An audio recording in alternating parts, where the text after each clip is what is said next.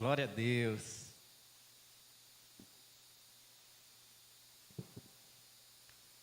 Então, queridos, mais uma vez, a graça e a paz do Senhor Jesus esteja com todos os irmãos aqui presentes, reunidos nesta manhã maravilhosa, ensolarada de Petrópolis, né? É uma honra para mim, mais uma vez, ocupar este púlpito, especialmente na abertura do mês da EBD. E a temática do nosso culto hoje, quem lembra o tema do culto hoje? Como? Sou aluno da EBD porque amo ser igreja, amém. E esse tema, ele está completamente alinhado com o tema que está sendo trabalhado pela igreja este ano, que é amo ser igreja. Então o mês da EBD celebra agora a EBD alinhado aí com esse tema. E ele é muito interessante, porque nós poderíamos dizer ao contrário também. Observe bem, podemos falar, amo ser igreja porque sou aluno da EBD. O tema hoje é, sou aluno da EBD porque amo ser igreja. Mas poderíamos falar, amo ser igreja porque sou aluno da EBD. E entraríamos num loop infinito aí, né? E talvez entrássemos na velha discussão, quem nasceu primeiro, o ovo ou a galinha. Nós amamos ser igreja porque aprendemos mais aqui na EBD? Ou porque aprendemos na EBD e entendemos sobre a igreja, sobre o dono e o criador da igreja, que amamos ser igreja? Entendem como isso fica nesse círculo virtuoso? Muito interessante isso, não é, queridos? Então, hoje nós entenderemos um pouco melhor isso, como amamos a igreja e por que somos alunos da EBD. E nós assim iremos, até quando Cristo voltar, para que com Ele estejamos e aprendamos tudo que não aprendemos na EBD, porque a EBD tem um limite, né? A gente não vai aprender tudo, mas um dia estaremos com Cristo por toda a eternidade, desfrutando da plenitude com o maior de todos os mestres, o nosso Senhor Jesus, Deus Pai, Criador de todas as coisas. Amém? E dito isso, queridos, estive em oração buscando um texto bíblico que elucidasse tudo isso que nós estamos falando, o ensino da palavra. E Deus me conduziu ao livro de Atos. E é muito legal isso, porque nós acabamos de estudar o livro de Atos na EBD, não foi? Então nós vamos rememorar agora um dos textos do livro de Atos, que nos mostra uma parte importante da igreja primitiva, que era o seu modus vivendi, ou seja, o modo de viver da igreja primitiva, que estava também muito alinhado com ensino. Então eu peço a você que abra a sua Bíblia agora, em Atos capítulo 2, a partir do verso 42.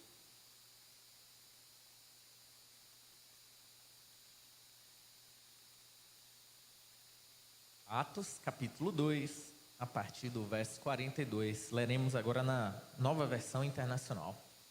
Diz assim o texto da palavra de Deus: ele se dedicava ao ensino dos apóstolos e à comunhão, ao partir do pão e às orações. Todos estavam cheios de temor, e muitas maravilhas e sinais eram feitos pelos apóstolos.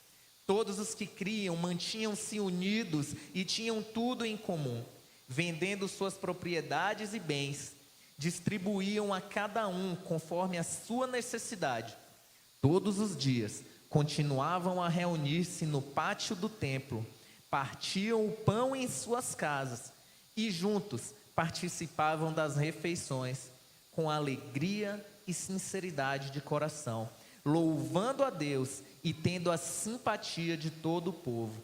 E o Senhor lhes acrescentava todos os dias os que iam sendo salvos. Amém? Vamos ter uma palavra de oração?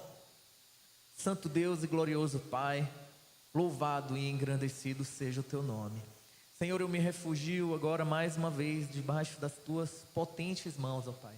E clamo, ó Deus, que tudo que venha a ser dito aqui venha do teu coração para o nosso. Que o Senhor nos conduza a toda a verdade, que o teu Espírito Santo tenha liberdade para nos instruir, para nos ensinar. E que tudo que venha a ser dito aqui, ó Deus, seja para a glória do teu nome. Deus, em nome de Jesus, que todos nós aqui venhamos a ser edificados com a ministração da Tua palavra esta manhã. Assim eu te peço, nós te pedimos, no nome santo e poderoso de Jesus, o nosso Senhor. Amém. Bendito seja Deus. Eis aí, queridos, um texto da palavra de Deus, muito conhecido por todos, que mostra ali o início da caminhada da igreja primitiva, logo após a ascensão de Jesus, né? E esse era o contexto. Há pouco, vamos entender bem o contexto dessa passagem, né? Há pouco tempo havia ocorrido o derramar do Espírito Santo sobre a vida dos discípulos no dia de Pentecostes.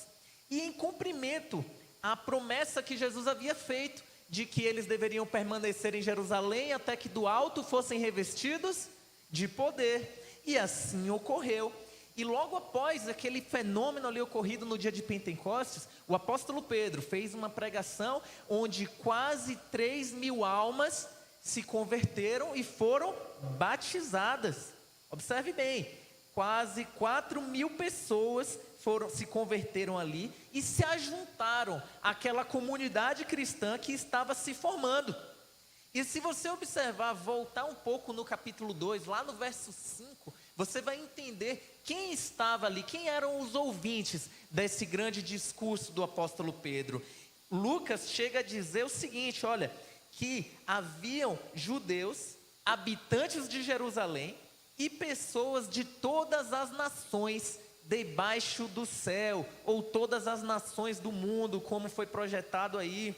Então, queridos, isto é, haviam pessoas de várias nacionalidades, de várias partes do mundo, que haviam ido a Jerusalém para a festa do Pentecostes, e ali se converteram esse evangelho que estava surgindo ali, esse cristianismo que começava, o movimento de Jesus que começava a surgir. E a maioria já tinha sim algum conhecimento do judaísmo, mas nem todos.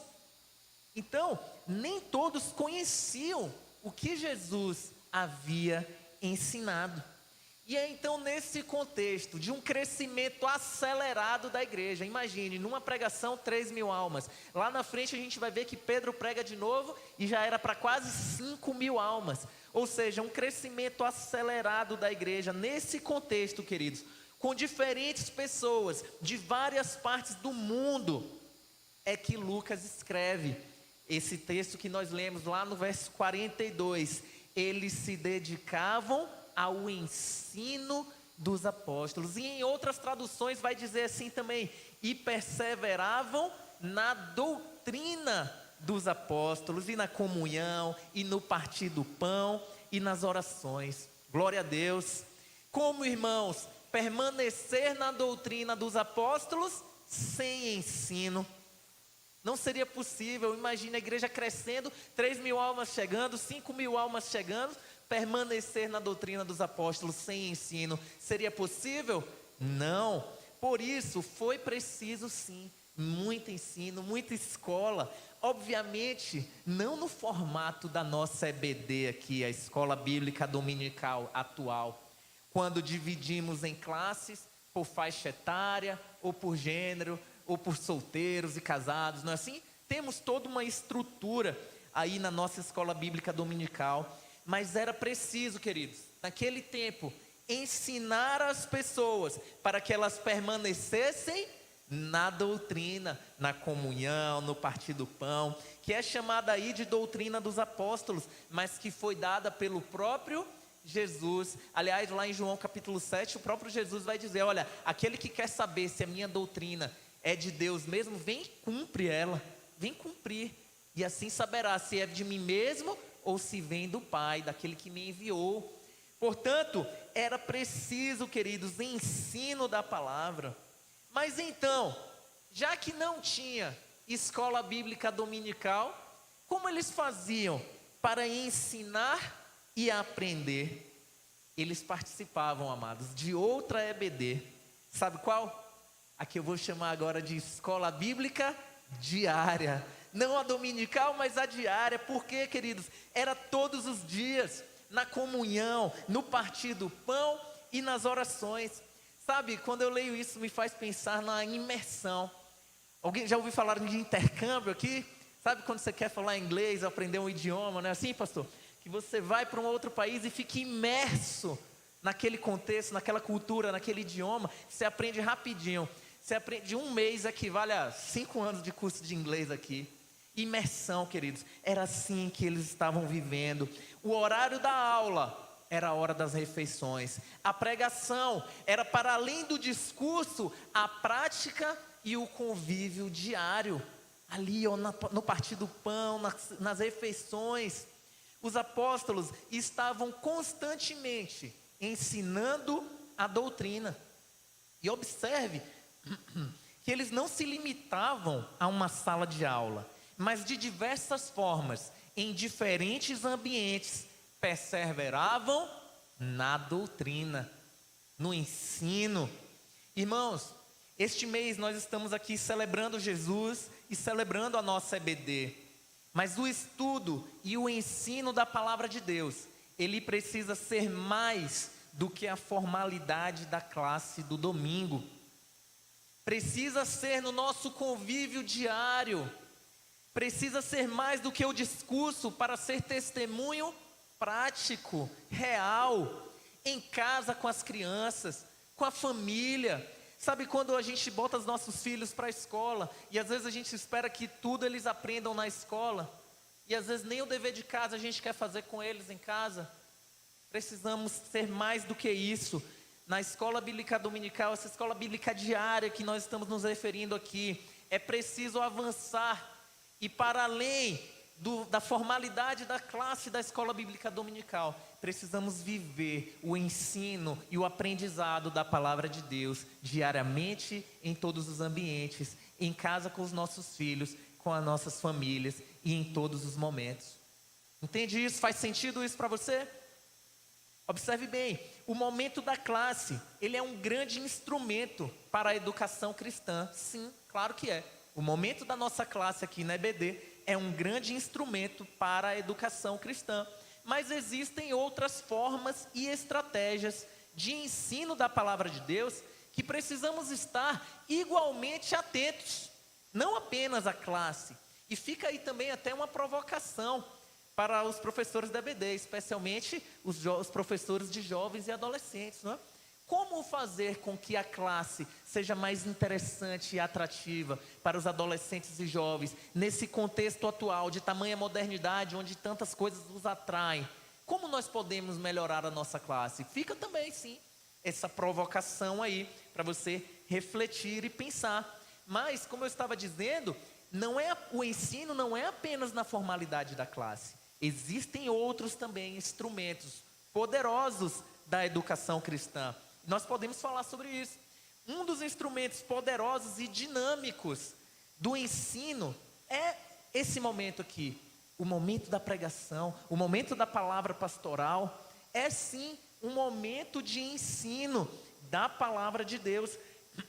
E eu digo que ele é dinâmico, queridos, embora ele seja sempre um momento parecido, quando o pastor prega e a igreja ouve, mas eu digo que é dinâmico, porque em cada momento há um assunto, há uma temática, entendem? Então, alguns dias, o pastor prega e a igreja ouve, por exemplo, sobre a evangelização, e o pastor prega aqui para salvar o pecador, e aquele que não conhece a Cristo está ouvindo para ser salvo, mas nós que já conhecemos o Evangelho, aproveitamos este momento para aprender a como evangelizar. Então, o momento aqui da palavra pastoral, ele é uma ferramenta poderosíssima do ensino.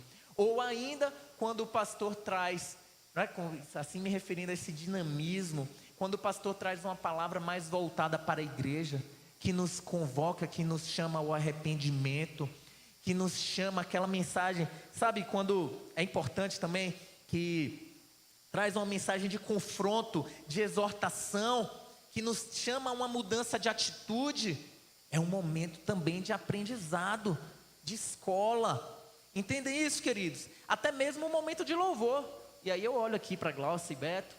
O momento de louvor também, o momento de adoração, é um momento de aprendizado, onde aprendemos ali a adorar a Deus e cantar as suas virtudes. Glória a Deus! Aprendemos a cantar as qualidades, as virtudes do nosso Deus. E é por isso aí que entra, Glaucia, a importância de canções que apresentem um conteúdo bíblico sólido e inenarrável. Porque esse momento de louvor e de adoração também é um instrumento poderoso de aprendizagem e ensino. Amém? E o que dizer ainda, queridos, do culto de oração? Quando nós aprendemos a orar e clamar pelas necessidades uns dos outros, tudo isso é escola. Por isso é no partir do pão, na comunhão, nas refeições e nas orações. Ocorre, queridos, que não raro ficamos tão absortos e envolvidos com tantas atividades eclesiásticas e até as de lá de fora, do trabalho, que trazemos para a igreja. E aí eu tomo essa palavra muito para mim, queridos. Antes de falar para vocês, Deus tem que falar conosco também, com aquele que vai trazer aqui a mensagem. Ficamos tão absortos e envolvidos com as atividades eclesiásticas e até as de lá de fora que trazemos para o templo quando nós passamos da porta e muitas vezes esquecemos de deixar lá fora, que nós esquecemos de ensinar e extrair aprendizado de tudo que fazemos aqui e de tudo que fazemos para Deus. E até mesmo daquilo que nós vemos os irmãos fazendo. Devemos estar atentos para aprender em tudo. Mas muitas vezes, você entendeu isso? Estamos tão envolvidos com as coisas que a gente tem que fazer, é o som que tem que arrumar, é a coisa que tem que fazer. E a gente esquece de aprender e ensinar em tudo o que fazemos para Deus e dentro da igreja. Amém? Faz sentido isso para você, queridos? Tão ocupados que esquecemos de aprender. Não é à toa que lá no capítulo 6 de Atos, vemos a instituição dos diáconos, pois eles disseram: não é razoável que nós abandonemos a palavra de Deus para servir as mesas. Ou seja, os apóstolos ali, eles também estavam fazendo muitas coisas, servindo a mesa, fazendo várias coisas, e eles mesmos disseram: olha, não é razoável que abandonemos a palavra de Deus para servir as mesas. E assim inicia-se o ministério diaconal, tão importante, que serve, sim, serve, mas também ensina. E deixou os apóstolos mais livres para ensinar e cuidar das pessoas, mas não excluindo também o servir. Eles continuavam servindo, mas puderam ficar ali mais focados no ensino e pregação da palavra. Por isso, queridos, eu não estou dizendo que nós não vamos fazer mais nada na igreja, só aprender, estudar e ler a palavra. Não é isso. Mas precisamos resgatar essa capacidade de aprender e ensinar em tudo o que fazemos, especialmente naquilo que fazemos para o reino de Deus, como a igreja primitiva fazia. Repito, na comunhão, no partir do pão e nas orações. Em todos esses momentos, precisamos lembrar que estamos em EBD. E aqui não a escola bíblica dominical, mas a escola bíblica diária. Em todos esses momentos, em tudo o que fazemos. Entrou aqui, irmãos, e lá fora também, mas especialmente entrou aqui aprendizado, ensino, extrair aprendizagem de tudo o que fazemos no reino de Deus, de tudo que vemos os irmãos fazerem. E é por isso que precisamos estar muito atentos, para que as nossas atitudes de fato ensinem valores, doutrina para os nossos irmãos e para toda a comunidade cristã. Amém? Glória a Deus. Todavia, precisamos continuar valorizando esse momento de classe que temos na nossa gloriosa e tradicional EBD, a dominical mesmo, tá? Amém? Continuar valorizando. Pastor, me permita agora apertar um pouquinho a igreja, posso? Posso? Mas não levem a mal, irmãos. Tem gente que até faz tanta coisa na igreja, mas não vem na classe da EBD. Tem gente que é para ser da minha classe, que vem à igreja com alguma regularidade, mas nunca participou da classe. Tem gente que é que chega cedo, olha só. E também aqui, queridos, não leve nada para o lado pessoal, tá? Não é nome de ninguém. Mas que chega cedo para cumprir a escala do som, do louvor, da projeção ou de qualquer outra atividade que esteja sendo feita na igreja. Chega cedo para cumprir qualquer uma dessas atividades, mas não chega para a EBD. Nunca chega para a EBD. E até mesmo no dia que não está na escala, não vem. Então, queridos, não é bom que isso seja assim. Vamos melhorar, em nome de Jesus. Amém? Amém? Alguém ficou chateado comigo? Não, né? Vamos melhorar. Vamos mostrar que realmente amamos ser igreja, porque somos alunos da EBD. Precisamos, queridos. Vimos aqui uma série de testemunhos. A nossa irmã Rafaela, né? Lindamente aqui, deu um testemunho. Tem a preguicinha? Tem. Mas vamos vencer.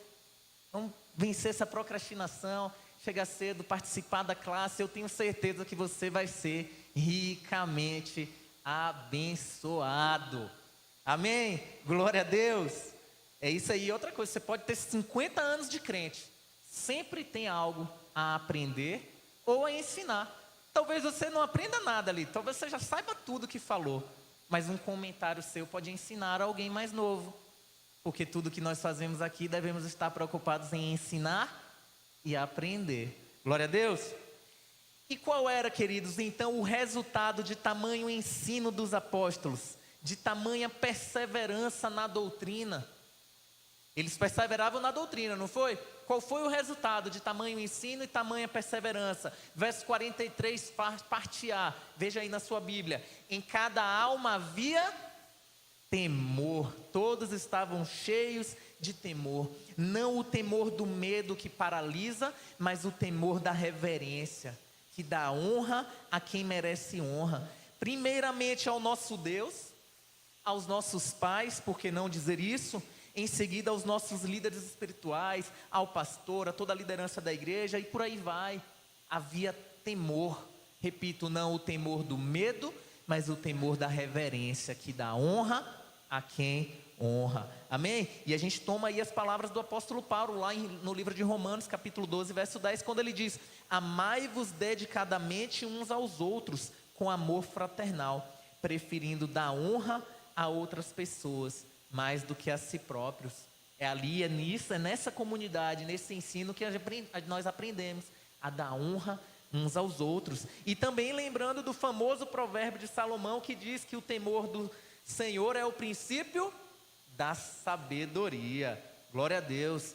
Outra coisa, outra consequência agora de tamanho ensino, verso 43, parte B. E muitos prodígios e sinais eram feitos por intermédio dos apóstolos.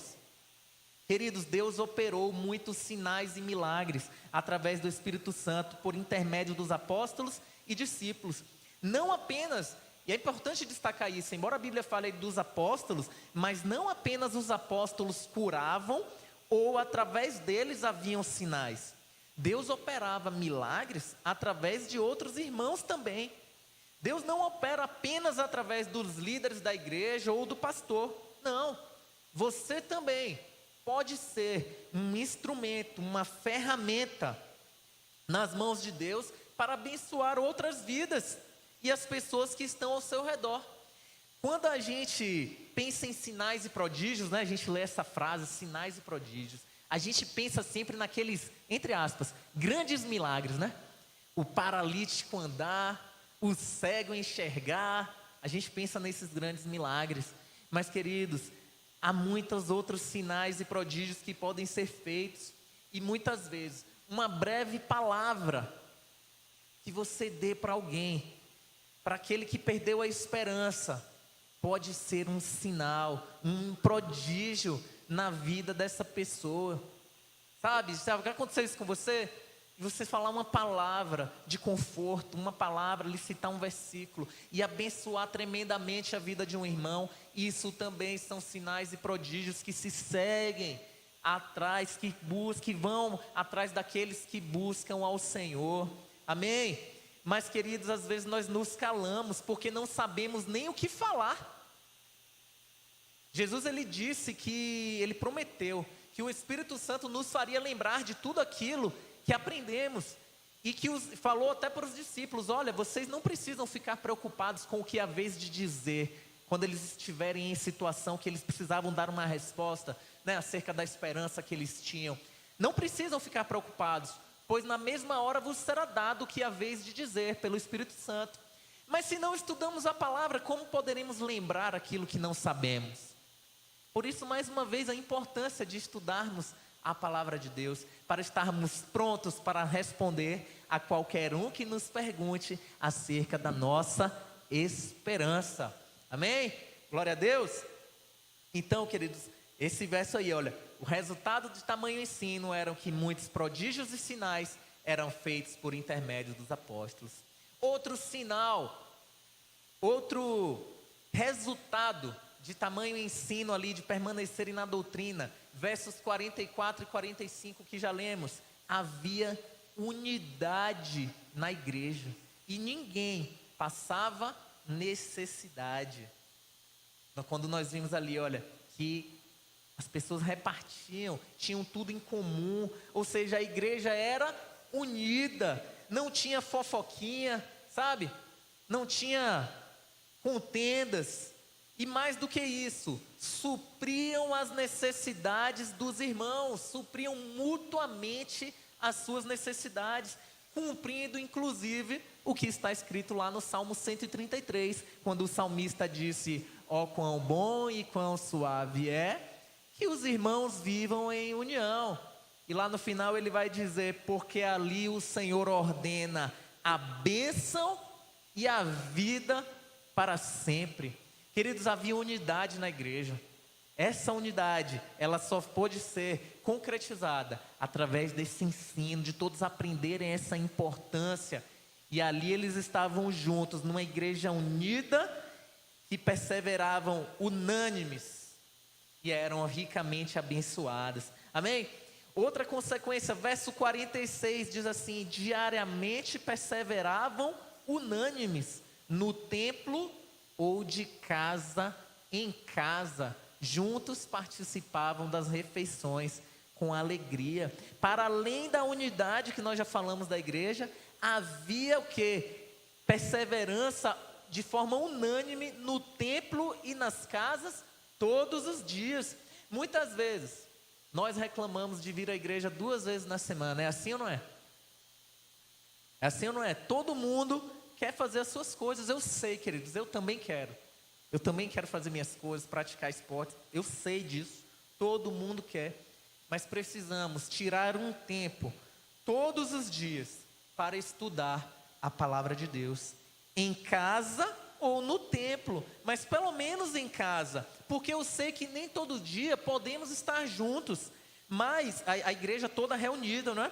Mas podemos estudar a palavra de Deus, inclusive com os demais habitantes da nossa casa, ou até mesmo sozinho, no seu momento devocional. E aí, mais uma provocação: como está o nosso culto doméstico? Eu preciso melhorar o meu. Como está o culto doméstico na sua casa? Você acha isso importante ou não? A igreja se reunia todos os dias, de casa em casa ou no templo, diariamente. Amém? E o verso 47, ele vai dizer 2 coisas. Estamos concluindo essas consequências de tamanho ensino. Olha, louvando a Deus, ou seja, adoração ao Senhor. A igreja aprendeu ali a adorar e louvar o Senhor, porque isso agrada o coração do Pai. E qual foi a consequência disso também? A igreja caiu na graça do povo e crescia, olha, diariamente ia sendo acrescentado aqueles que iam sendo salvos. Portanto, uma igreja firme, fortalecida, enraizada no ensino e na perseverança da doutrina, é uma igreja que cresce, que Deus vai salvando pessoas e a igreja vai crescendo, cresce em números, cresce em quantidade de pessoas que servem a Deus. Amém? Cresceu naquela época porque Deus abençoou a igreja e continua crescendo hoje. Sabe por quê? Porque o mundo anela por uma igreja que vive assim, não mais do mesmo, mas o mundo anela por uma igreja que vive a doutrina de Jesus, na comunhão e no partir do pão e nas orações. Portanto, queridos, uma igreja que é firmada no ensino da palavra e na perseverança na doutrina, é uma igreja que cresce. E ela cresceu naquela época, e vem um dado histórico também, não apenas porque Deus abençoou, claro, mas ela cresceu por vários motivos. Porque muitas pessoas que estavam ali, eu lembro o início, eles estavam ali para a festa do Pentecostes, não foi? E ouviram a pregação do Evangelho. Havia pessoas de diferentes nações. Aquelas pessoas permaneceram um tempo ali com os apóstolos, aprenderam naquele intensivão que a gente falou, e depois elas voltaram. Os que não eram habitantes de Jerusalém, voltaram para seus países de origem. E chegando lá, eles pregaram o Evangelho, eles ensinaram também, eles multiplicaram. Glória a Deus. Entendem isso? Então, a igreja foi crescendo. Não eram apenas os apóstolos, ou Paulo e Barnabé e Silas, que foram missionários. Não, a igreja toda, aqueles que ouviam a palavra ali, que aprenderam a doutrina, eles foram também missionários em seus lugares de origem. Não é à toa que quando Paulo chegava em alguma viagem, quando fazia alguma viagem missionária, que chegava em uma cidade, ele ia lá encontrar irmãos. Por quê? Porque já havia pessoas convertidas em outras cidades. Porque o Evangelho estava se propagando, crescendo. E isso tudo começou com uma igreja, com um grupo que perseveraram na doutrina. Portanto, irmãos, já descobriram aí quem nasceu primeiro? O ovo ou a galinha? Somos alunos da EBD porque amamos ser igreja, ou amamos ser igreja porque participamos da EBD e nela aprendemos o quão triunfante é a igreja do Senhor? Não importa, queridos, na verdade não tem resposta certa. É um círculo virtuoso, onde quanto mais vivemos o ensino de Jesus, não o ensino dos homens com seus usos e costumes, mas o ensino do próprio Deus. Quanto mais vivemos, muito obrigado, filho. Quanto mais vivemos esse ensino, mais amamos ser igreja. E quanto mais amamos a igreja, mais queremos aprender. E ficamos assim, queridos. Ou seja, apenas provando desse ensino, vivendo na prática, no partir do pão, e nas orações, e na comunhão, é que saberemos que essa doutrina, que esse ensino que está sendo ensinado, procede do Pai. E aí haverá na igreja o temor do Senhor, os sinais e prodígios serão manifestos, haverá unidade